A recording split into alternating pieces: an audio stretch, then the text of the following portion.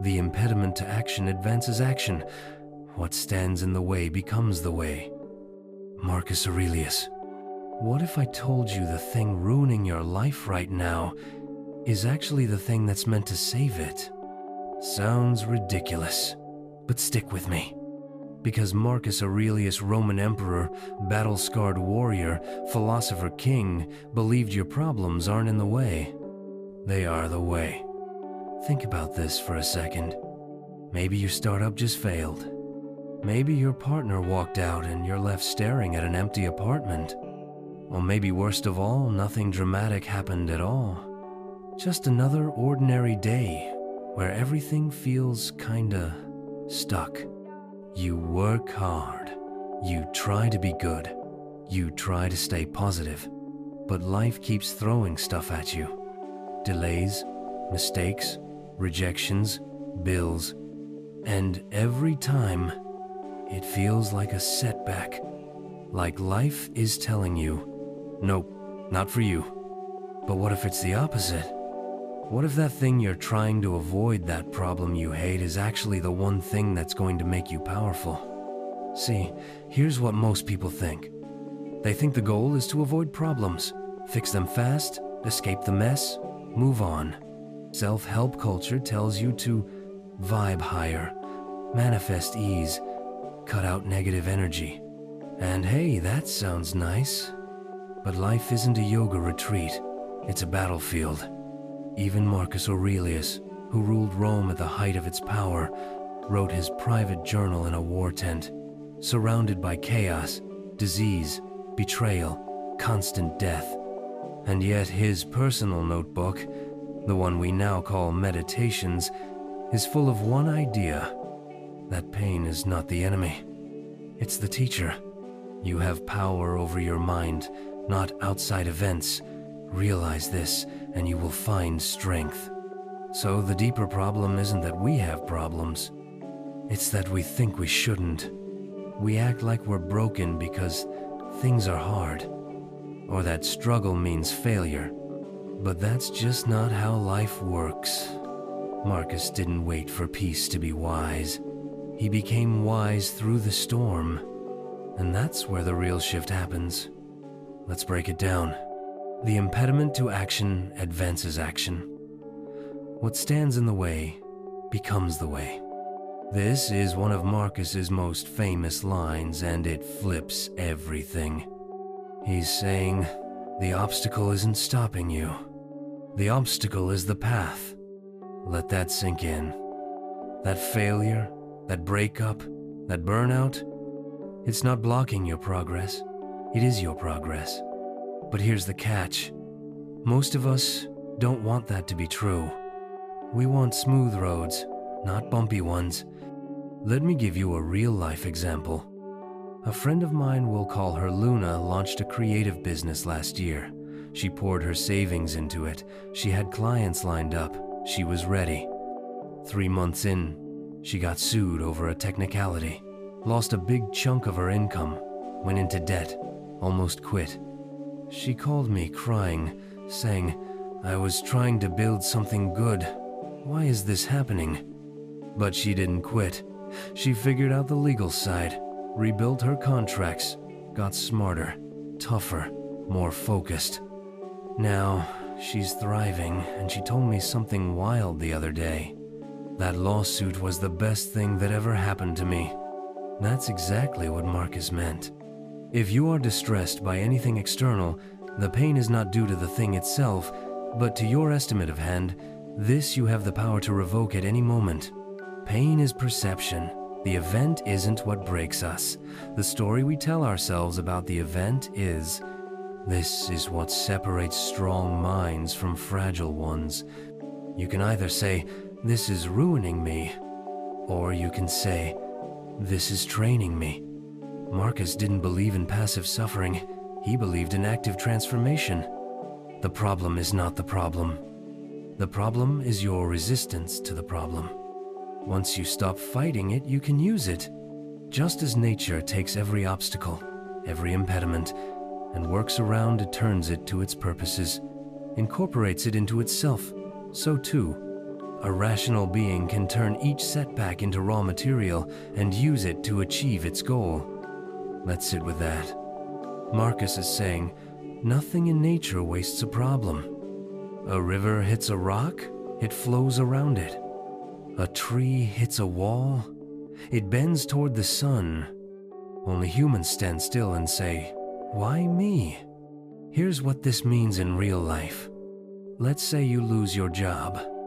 It feels like the end of something. But nature and Marcus would ask, what can you build from this? Can you pivot? Can you learn? Can you strip away something that was dead weight and move in a direction you were too scared to before? I've seen it happen. A friend of mine, a single dad, got laid off after 12 years in a corporate role. He was crushed. For 2 months, he was stuck in shame. But then, something shifted. He started freelancing, picked up odd jobs, began writing again, something he hadn't done since college. A year later, he'd built a small online business around helping other laid-off professionals transition into new careers. None of that would have happened if he'd kept seeing the job loss as the end. Marcus says we're meant to incorporate the obstacle, not avoid it. Everything that happens is either endurable or not. If it is endurable, then endure it. If it is not, then stop complaining. Your destruction will mean its end as well. Okay, pause. Let's interrupt this moment with a hard question. What's something in your life right now that you're labeling as bad, but might just be unfinished? Not a failure, just an opening. Not a dead end, just a corner you haven't turned. Marcus keeps coming back to this truth.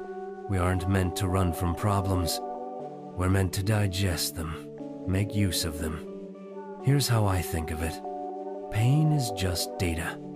It tells you where to look, to love only what happens, what was destined, no greater harmony. Now that one might throw you off a bit.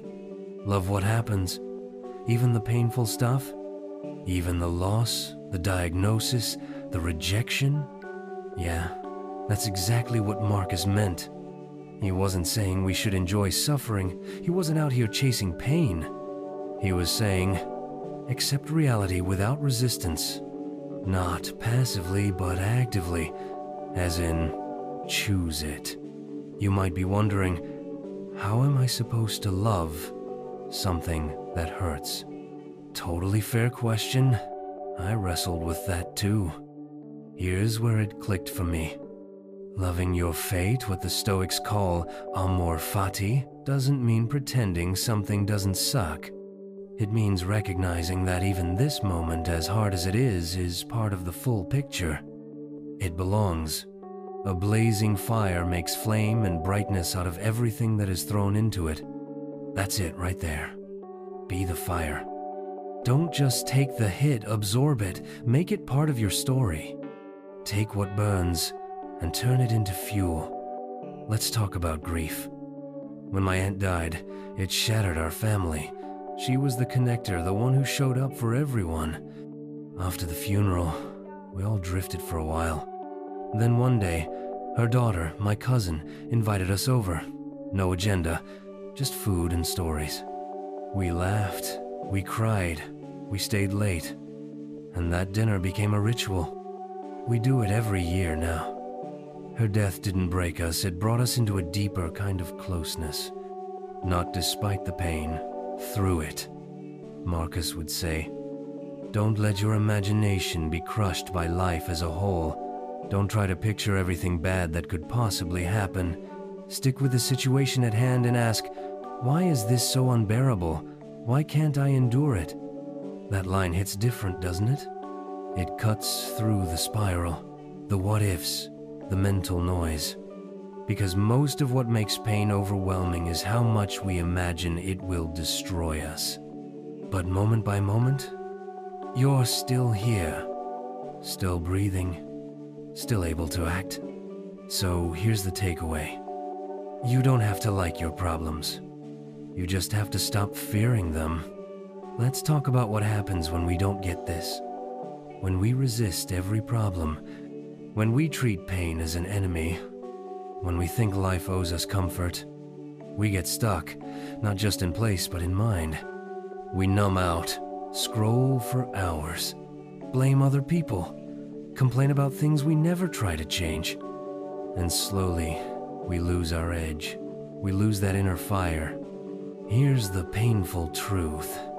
Comfort is killing more dreams than failure ever could. Because when you expect life to be easy, every hard thing feels like injustice. And Marcus saw that happening even 2,000 years ago. It's unfortunate that this happened. Number, it's fortunate that it happened, and I remained unharmed by it, not shattered by the present, not afraid of the future. That's the line that hits the hardest for me. Because he's not saying life didn't hit him. It did. He's saying, I didn't let it break me. That's strength. That's power. And that's available to you right now. Here are the 3 big ideas we've pulled from Marcus Aurelius. I1. The obstacle is the way. What blocks you can build you if you face it directly. 2. Nature wastes nothing. Problems aren't mistakes, they're materials. You just have to use them. 3. Don't run from reality. Choose it, accept it, even love it, because it's yours and no one else can live it for you. So what can you actually do today? Simple. Pick one problem you've been avoiding. Big or small, doesn't matter. Write it down.